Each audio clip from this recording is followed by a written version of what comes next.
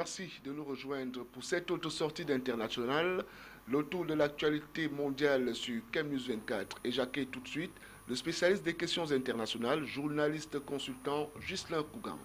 Le plaisir est partagé, Donald. Nous allons donc démarrer cette émission en nous rendant en République démocratique du Congo, où les 28 ministres des Affaires étrangères de l'Union européenne, réunis à Bruxelles, se sont penchés sur la question en RDC, où la dégradation récente des perspectives électorales les préoccupe fortement. Alors, Ghislain, comment se fait-il que ce soit les Européens qui voient une impasse dans la situation en RD Congo? En réalité, ce ne sont pas uniquement les Européens. Peut-être que les canaux médiatiques européens sont plus sophistiqués et inondent davantage le continent africain. La situation en République démocratique du Congo préoccupe tout le monde. L'Union africaine, c'est vrai qu'elle ne fait pas véritablement écho, mais il s'agit d'une situation fatigante à répétition où on n'arrive toujours pas à trouver des voies et moyens. On est fatigué des rencontres qui ne débouchent pas sur grand-chose, de nombreux dialogues qui, à la fin, ne se soldent pas sur des mesures adéquates pour ce pays. L'Union européenne, aujourd'hui, prend la situation à bras-le-corps. Pourquoi? Parce que c'est vrai, on arrive à une échéance. Joseph Kabila Kabange, normalement, doit passer la main en décembre prochain. Et c'est peut-être cette situation hautement par le passé qui peut amener l'Union à se fendre de ce communiqué virulent sur la situation critique en République démocratique du Congo, notamment le processus électoral. Alors, Ghislain, vous avez évoqué tout à l'heure l'Union africaine. Je me souviens que le 25 mai dernier, cette Union africaine a célébré la journée de l'Afrique. Malheureusement, des sujets comme ceux qui concernent la République démocratique du Congo n'ont pas été évoqués. Voilà pourquoi peut-être l'Union européenne s'intéresse beaucoup plus à cette situation-là. Justement, pourquoi ces sujets n'ont pas été évoqués? Parce que ce ne sont pas des sujets nouveaux. L'Union africaine, bien qu'incapable de régler ces conflits-là, est aussi fatiguée de l'occurrence la résurgence de ce vieux conflit. Et je crois, je revenais sur ce plan, évoqué toujours différents en République démocratique du Congo. On a le sentiment aujourd'hui qu'on n'est pas sorti de l'auberge. Je pense que le point d'orgue ici, c'est le fait que Kabila Kabange a fait 2 mandats. Il doit normalement passer la main. Plus encore, il y a une incertitude voulue ou pas, notamment sur le processus électoral en République démocratique du Congo, avec la Cour constitutionnelle qui fait part de ce qu'aujourd'hui, si l'élection ne se déroule pas selon le calendrier électoral, eh bien c'est Joseph Kabila Kabange qui va assurer l'intérim. Et c'est à ce niveau que l'opposition et le parti au pouvoir n'accordent pas leur violon. Avec l'entrée en scène de l'Union européenne, est-ce que Kabila ne s'expose pas à des sanctions personnelles? Mais ce n'est pas nouveau. Les États-Unis également ont pris la question. Je pense que ça a été toujours le cas. L'Union européenne se préoccupe toujours, les États-Unis, mais à la fin, on a ces mêmes présidents qui font ce qu'ils ont à faire. C'est seul le peuple peut changer le destin de finalement ces pays africains. On a vu le cas au Burkina Faso, vous me direz, cela peut être un cas isolé. Mais je pense à la République démocratique du Congo aujourd'hui, quand vous avez les textes qui parlent pour le président au pouvoir, on évoquait un ensemble d'articles, le pouvoir évoque l'article 40, il y en a 82, 42, il y en a 6.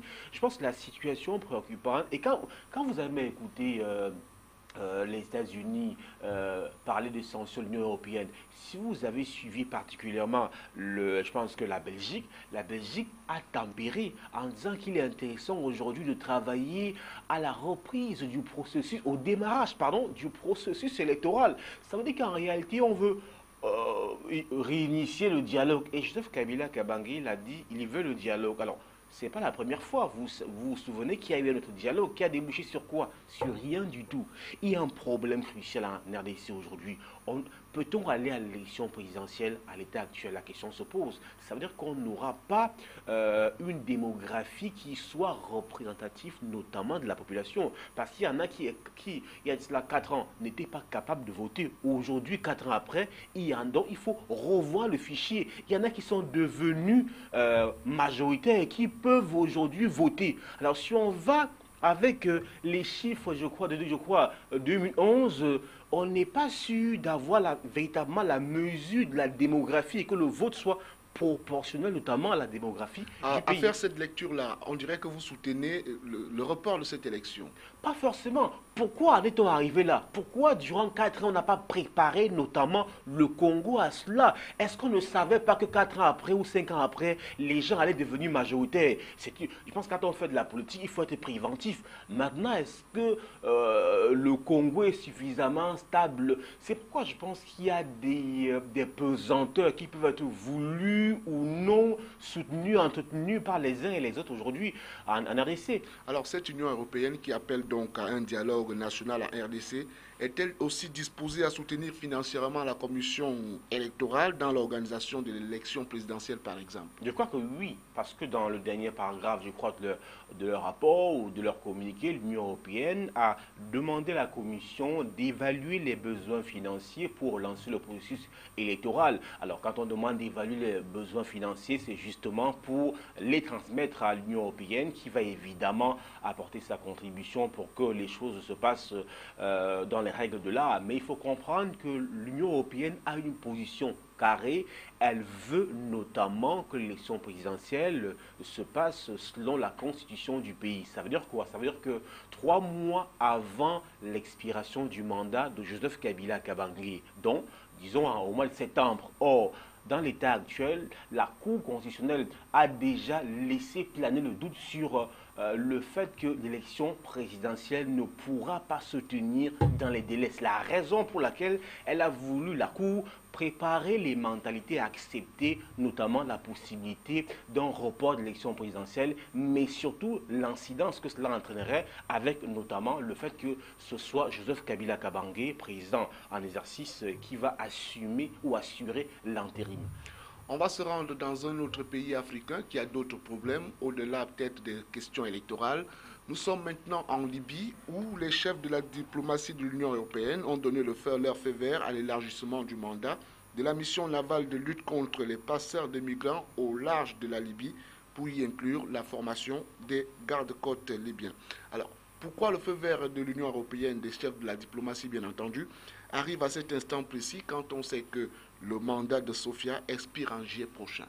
Justement, ça peut être intéressant. Ça peut être le constat de l'échec du mandat de la mission Sophia en Libye. Cela peut donc expliquer le fait que l'Union européenne veut prendre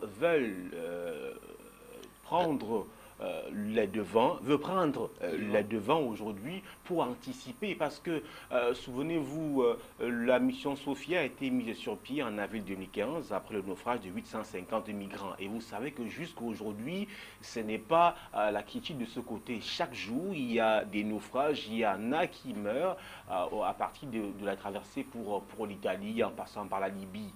Donc aujourd'hui le constat est fait et donc question de renforcer cela. Alors on a juste évoqué la possibilité du prolongement d'1 an du mandat de la mission navale Sophia en Libye.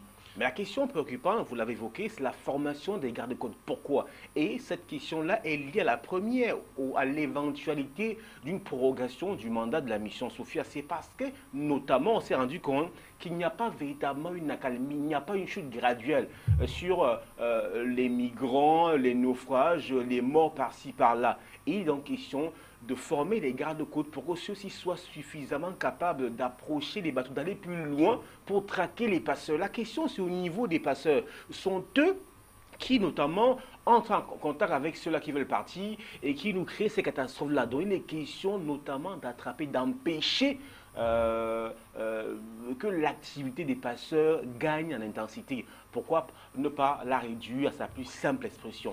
Alors, si on considère les gardes-côtes comme un corps paramilitaire, quels sont les moyens qui ont été mis à la disposition de la Libye, justement peut-être sur le plan logistique et militaire? Je pense qu'il s'agit peut-être des petits bateaux, des chaloupes, mais je pense que les moyens ne sont pas suffisants parce que si vous vous en tenez, si on s'en tient par exemple au rapport britannique qui dit que la mission Sophia est un échec sur toute la ligne car elle ne comprend pas la Grande-Bretagne, comment depuis l'été, seuls 50 passeurs ont été interpellés. Ça veut dire que la mission n'a pas suffisamment de moyens et la Libye aussi. La Libye ne peut pas avoir de moyens, vous savez, la Libye est sans dessus-dessous. La Libye appelle la communauté internationale à lui venir en aide. La Libye n'arrive déjà pas à avoir un gouvernement uni et reconnu par tous. Il y a un gouvernement d'unité, il y a un gouvernement par-ci et par-là. Et c'est ce gouvernement d'unité-là qui est reconnu, qui est adoubé par la communauté internationale, qui tend la main à l'Europe pour lui venir en aide. Elle demande également le partage des renseignements et la mise en embargo, sous embargo, des armes de l'ONU en haute mer. Donc c'est pour aider le pays qui n'arrive pas à se refaire la santé. On ne le dira, sa santé, on ne le dira jamais assez. Depuis la chute de Kadhafi, la Libye est devenue le marché mondial du terrorisme, ça on le sait.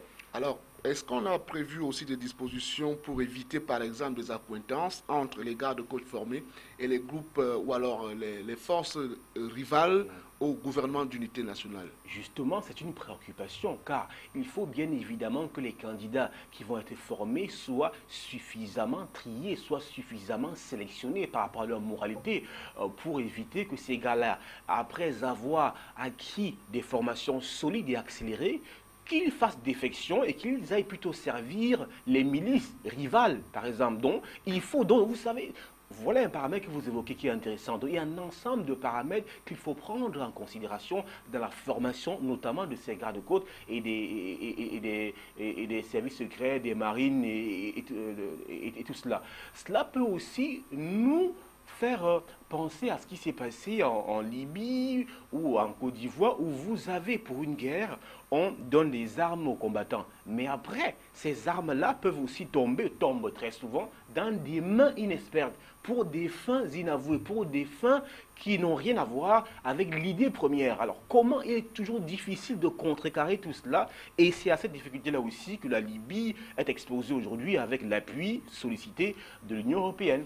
Donc, il ne faudrait pas circonscrire la formation des gardes-côtes ou alors leur statut ne devrait pas se limiter à une mission de volontariat. Il faudrait bien qu'ils soient encadrés ou bien comme des personnels engagés même. Évidemment, qu'il y ait aussi une enquête sur la moralité des uns et des autres pour savoir qui défend quoi, qui est capable de faire quoi. Il faut qu'il y ait véritablement un suivi pour qu'on ait des gens véritablement investis dans la lutte pour le rétablissement de la paix en Libye. Vous évoquez cela peut-être dès l'entame de votre propos quand nous avons commencé à parler de ce sujet, mais je reviens sur ce récent rapport parlementaire britannique qui qualifiait déjà la mission Sophia d'échec.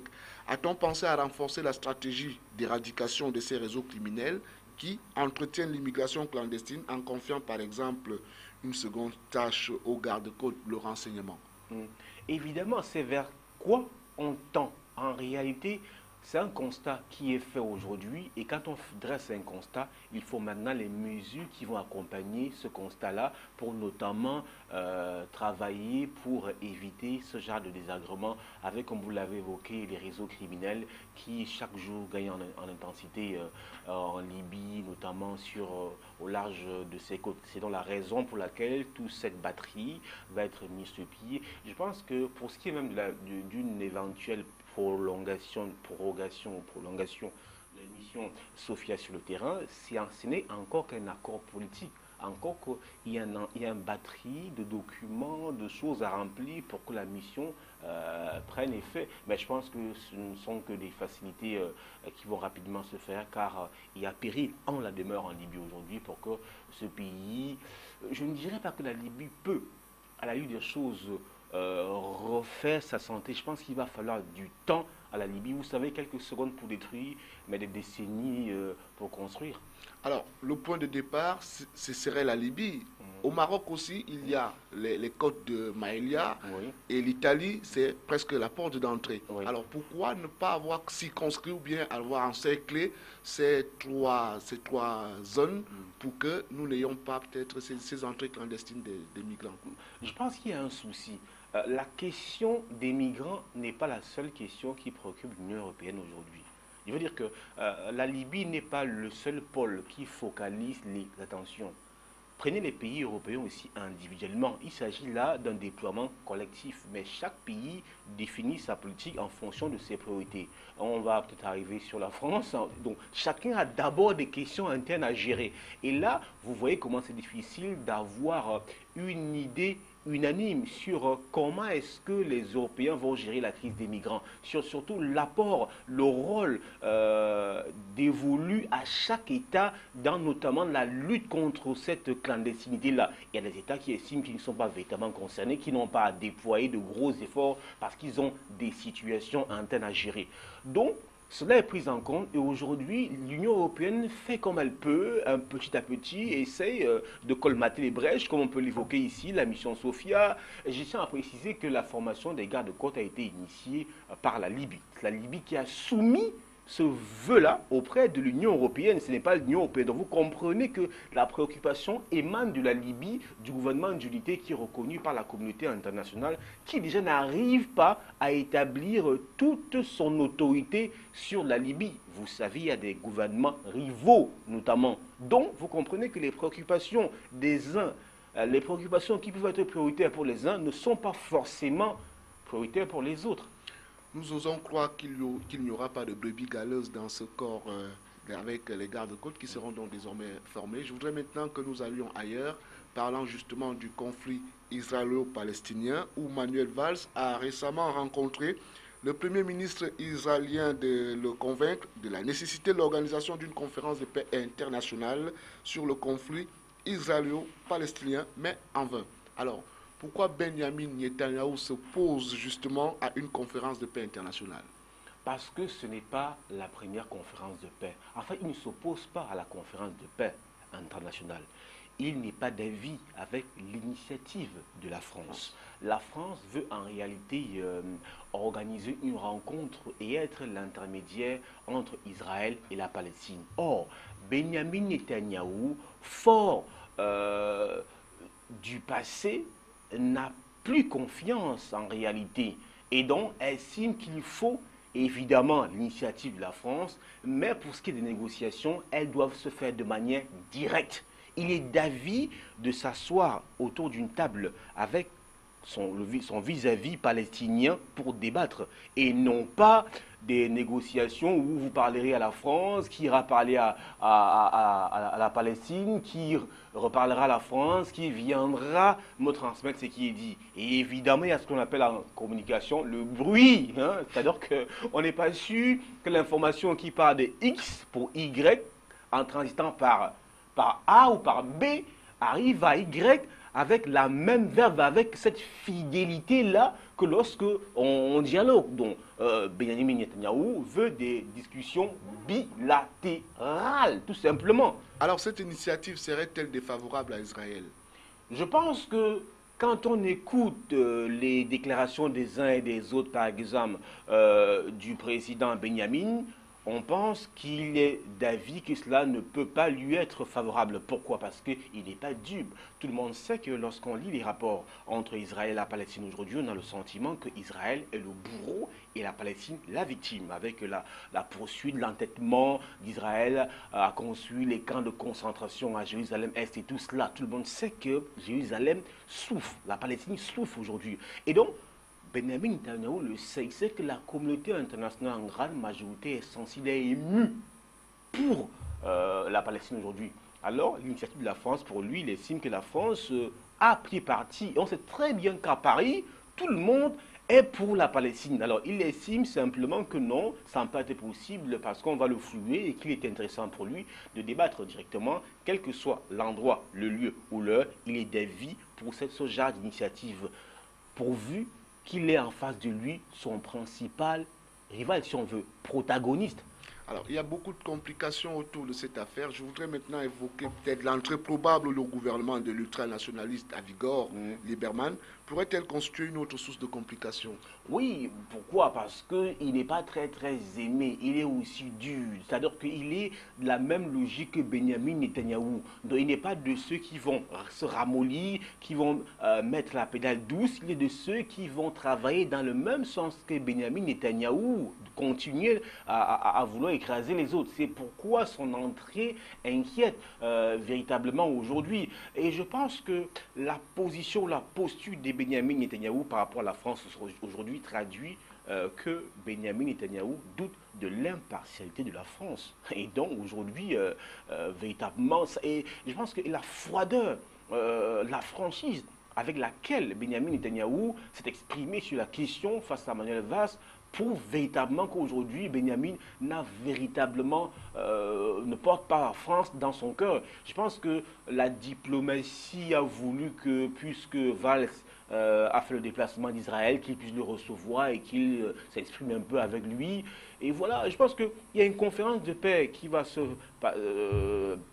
aura lieu en France et dont la France avait voulu prendre le pas pour essayer de voir dans quelle mesure concilier la Palestine et Israël. Et ce n'est pas la première fois. On sait qu'il y a beaucoup de tentatives qui sont faites, qui ont débouché sur des échecs, mais alors des échecs cuisants. On va peut-être sortir par là. Valls n'a pas su balayer devant sa cour en allant justement souhaiter cette rencontre-là, en allant soumettre cette initiative Oui. à la Palestine. Alors, que se passe-t-il en France? Quels commentaires vous suggère la loi travail? Ben justement, c'est-à-dire que là, je travaille avec cet article, je crois, 2, qui estime qu'on laisse la priorité pour ce qui est des négociations entre l'employé et l'employeur. C'est-à-dire que l'État n'a pas une vue globale, il n'y a pas une réglementation qui soit unanime ou unique pour tout le monde. Il y a la priorité à la négociation de gré à gré. Un article 2 qui ne rencontre pas l'adhésion des syndicats. On voit très bien que ça ne va pas en fond. Donc Manuel Valls, comme vous l'avez dit, n'arrive pas à balayer devant sa cour. Je pense que la France un peu est en mal, a mal à sa position de pays leader parmi le G7 et aujourd'hui la France veut rebondir. Malheureusement, les voies, les moyens, les sujets choisis par la France sont des sujets casse-tête par exemple. Des sujets où leur victoire, les sujets où la réussite conférait à la France un regain sur le plan mondial en matière d'image, en matière de notoriété, aussi en matière de diplomatie et de force. Sauf que là, voilà, la France qui vient encore de se casser le nez. En France, par exemple, vous avez vu les manifestations, le gouvernement vous dira qu'il y a eu seulement soit 150 000, les manifestants vous diront qu'il y a eu 300 000, dans la guerre des chiffres aujourd'hui, mais les syndicats en France ne sont pas d'avis, ne veulent pas abdiquer. Manuel Valls, par exemple, qui fait au ping-pong, au départ, il a fait part de ce qu'on ne reviendra jamais, qu'on ne reviendra pas sur le travail, contrecarrant un peu le ministre, je crois, je ne sais pas trop, Sapin ou Cazeneuve, qui avait parlé de ce qu'on pourrait amender. Et voilà que hier encore, Manuel Valls a fait part sur la chaîne de, je crois, RMC, pour ne pas la citer, qu'on pourrait arriver à aménager un peu. Vous voyez, il fait du rétro-pédalage. Et donc, c'est compliqué. Et je vois, avec l'entêtement, avec véritablement la force des syndicats, je pense que le travail en France n'a pas encore livré toute sa vérité, toutes ses tournures. Vous avez justement créé une passerelle qui va nous amener la semaine prochaine à parler justement de cette situation en France, la loi travail. Ce sera le gros sujet d'International la semaine prochaine. Merci Ghislain d'être passé sur le plateau d'International. Le plaisir est partagé. Merci également à vous de la news. Et à vous, chers téléspectateurs, on va tout simplement vous remercier et de vous demander de continuer à regarder la chaîne de toute l'actualité mondiale en continu. C'était International. Au revoir.